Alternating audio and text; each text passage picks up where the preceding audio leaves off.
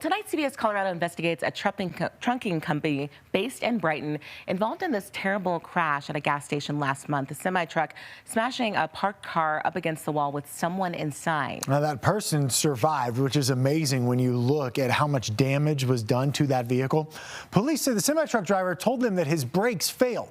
When we first broke this investigation last night, Littleton police are now saying that there were, quote, no mechanical issues. They cited that driver for careless driving.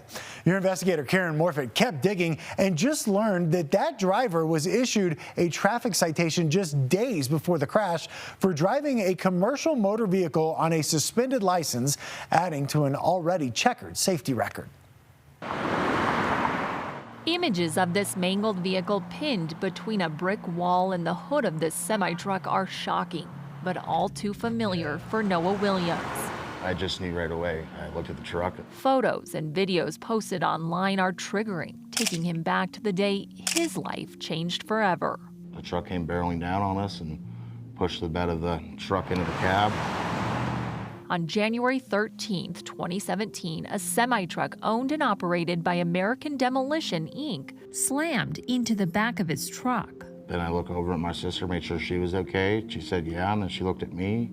I remember looking down and trying to move my legs and couldn't do it. Today, Williams relies on a wheelchair and his service dog, Buddy, to help navigate daily challenges. Say hi to everyone. It was so bad, my back broke into fragments, and I'm missing 6 inches of my spinal cord in my back.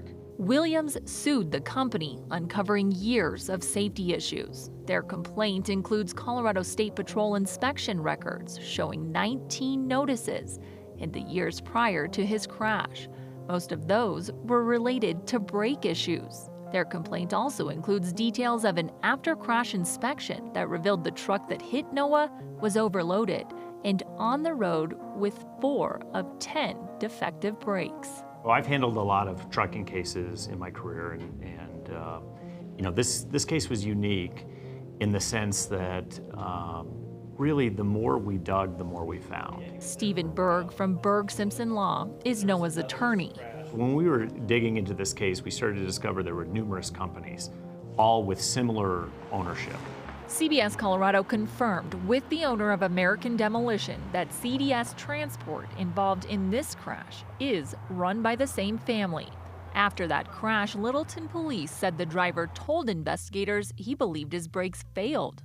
The owner disputed those claims. Could have been much worse depending on the direction that the semi-truck was traveling. Using the Department of Transportation number posted on the truck's door, we searched federal motor carrier records and found the company's safety registration was last updated in 2022.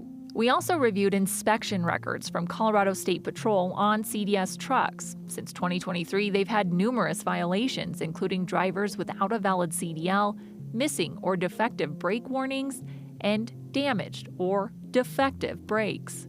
In a statement, a representative for CDS says CDS is cooperating with public safety officials as they review the incident. They go on to say safety is a core priority for CDS, and we are committed to maintain effective safety practices.